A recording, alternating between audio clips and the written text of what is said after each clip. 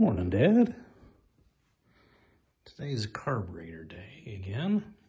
I've decided that I'm going to rebuild this particular pair. This is an older pair. It has the banjo fittings on the fuel bowls instead of the just straight connectors. I think it's off a TR3. Probably 57, 58 instead of this 59, but that's okay. I like the look of this one better, and this one is actually a little bit better put together. I took apart another one of the old ones, the newer ones, and it was in much worse condition, and so I decided that this is the one I was going to work with. So all of these have just been through at least one, maybe two runs in the ultrasonic cleaner. They haven't been polished or anything like that. They've just sort of been, had all the dirt and stuff removed. Got all the linkage pieces and, you know, I run all those through the cleaners, and I've polished up some of the brass bits here. They're all bent, you know, they've just been sitting. You can see how that one there is sort of bent over. So I have to do some straightening. But next thing I'm going to do is to start polishing some of these. So the bell here, I'm gonna have to polish that one. You can see what it's like now. It's clean, but it's quite matted and rough in there. So I'm gonna mount that to the mini drill press and do some sanding and polishing, and we'll see how that goes. I'll show you what that looks like as it's coming along.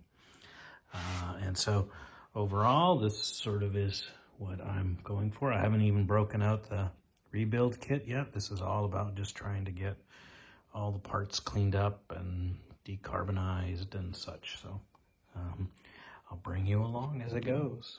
Talk to you later. Okay, down here's one of them. This is the better one, actually. If you take out the spindle, this is the butterflies mounted in here, and one of the weak points or the points of wear is in this shaft across from about one side to the other side, and it starts to wear, and then air gets in through here, and so then you can't get your tuning right because of that air leak. This one has just a little bit of a play. The other one has more of a play, and so I'm going to get that rebushed. I'm going to go over to Nick's next week. He's sort of a hobby machinist, so we'll drill out the bearing sleeve that's in here, the wear surface, and we'll drill that out, put in a new one, and ream it for a new shaft. And so then we'll have a nice clean running surface here. I'll show you what that looks like when it's all done, but yeah, there you go, you can hear that. Yeah, so that's too much play, so that's easily fixed. Talk to you later. Okay, that's at 400. And you can see it's not quite aggressive enough, so I'm gonna back off a little bit, something a little bit more coarse to get it more fine before moving forward. Okay, that's 120. 220. 400. Okay, that's 600. Oh, there it is. Before polishing, I got it to 1,000, and you can sort of see right here. Can't get to that when it's spinning, so I have to do that with a Dremel or something, but that's the difference that makes. It's pretty substantial, so it'll look pretty good when it's all done. Keep on going. All right, that's with a little bit of buffing. I got this cheap Amazon buffing wheel here. It's got a couple different cutting compounds. Ran through the gamut of them, and I just sort of sped up the belt speed on here, and it works pretty darn well, I have to say. I haven't really even cleaned it up yet. It's still got wax on it, but overall it turned out away good. So I got that part done. I got the other bell done, and then I'll do some work tomorrow on the float chambers, and this has some more work that needs to get done to it to put on the spindles, and so I'm gonna leave that for now. But yeah, looks good, and I'm gonna move it along and go cook up some dinner. Mary's back from seeing your great-granddaughter.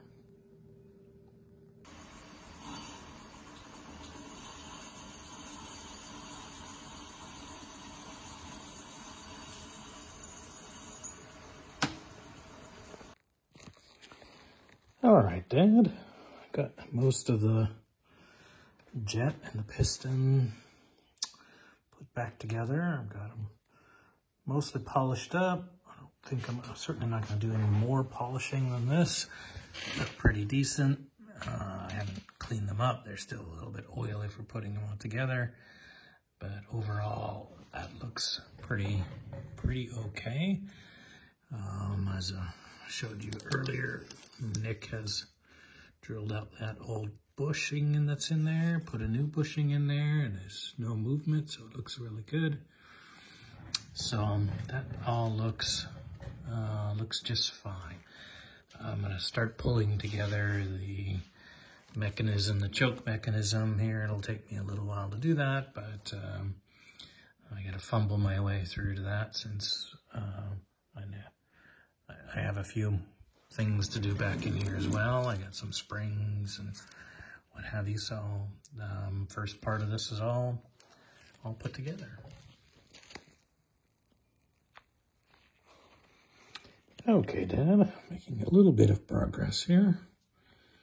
You can see this contraption here on the bottom is the choke assembly. Here's I can figure it.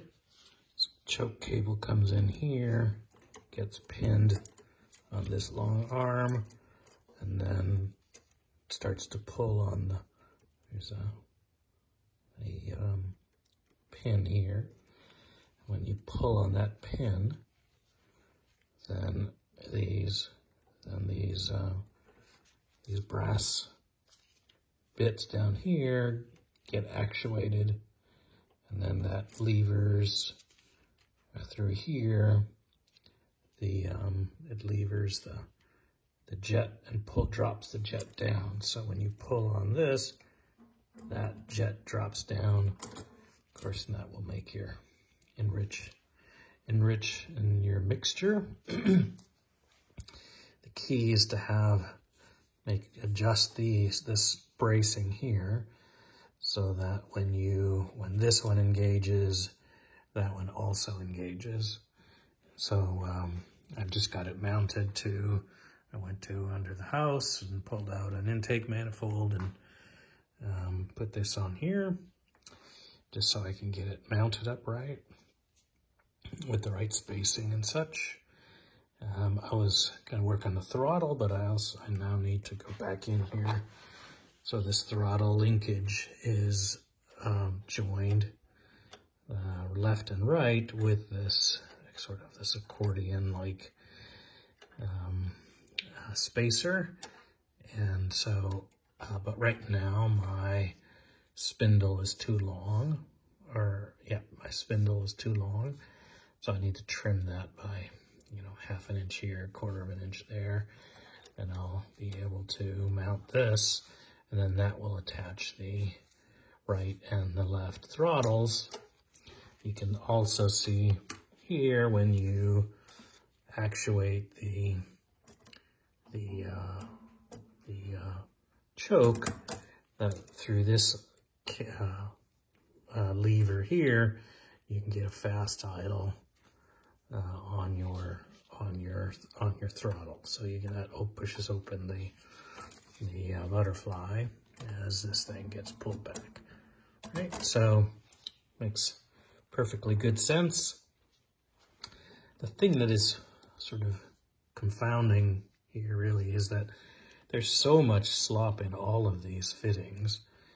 They're meant to be quite loose, I think. that it's hard to know whether I'm going in the right direction or not.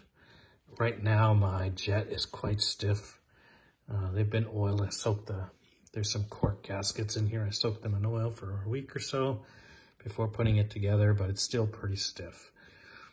And so I will let them sit for a little while, and then I'll probably take out the jet here and re-oil all that and just see if I can get that to loosen up a little bit. I can't have it too loose, otherwise the fuel will just drip out the bottom here.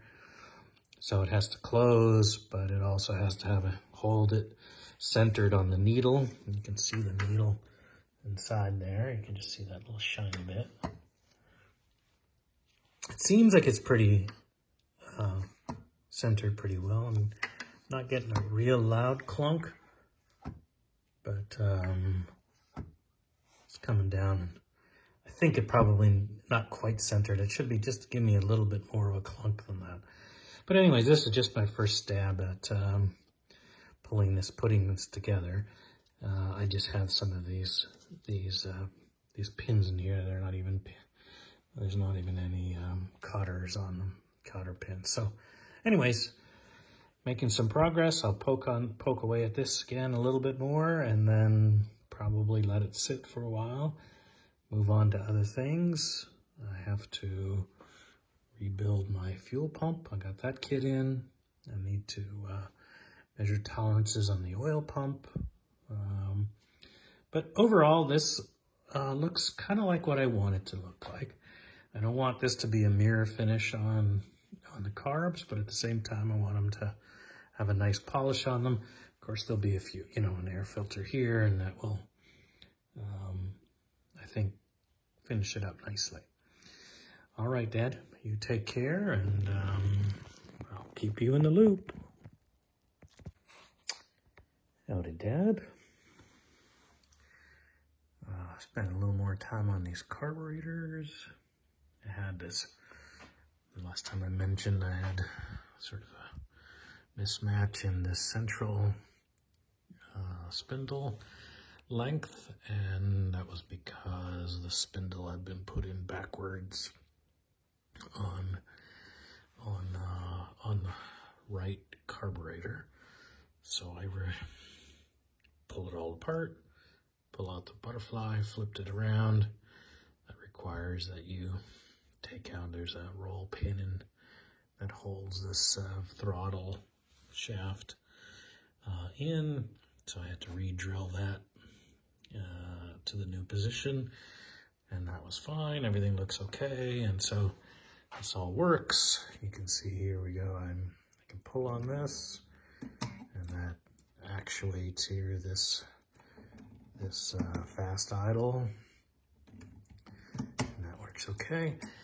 I'm still unhappy with how stiff these jets are. It takes a pretty hefty, and you see they stick a little bit. So there's some tightness in there, and I don't know if that's just because it's just new cork gaskets, and those cork gaskets are going to take some time to compress. They're all oiled up okay, so they should be. They're going to move as fine as they will now, but over time we'll see how that plays out. So I'm going to disassemble some of these things and do some painting, paint some of these springs and etc. to put it together nicely, and then I'll reassemble, link everything up, and then just put it all away. So I think I'm going to draw this carburetor series to a close, call it done for now until it's time to put on the car, on the motor, and then I'll pull this off, and eventually I'll go back to working on the manifolds in the back there. Took a wire wheel to that today. Plenty more work to do there. I have that pair, and I also have another pair down there that I'm trying to decide which one is the right one. They have slightly different casting numbers on them. Yeah, you can't really see them right now.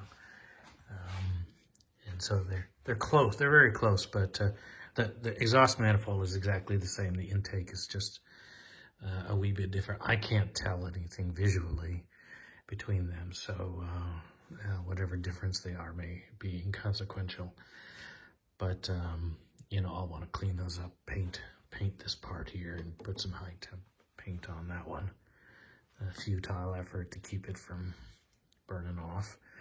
But anyways, that's it for now, and I think they look pretty good. They turned out nicely, and so I'm going to wrap up this video and send it off to you. Hope you're doing okay. Take care. Bye-bye.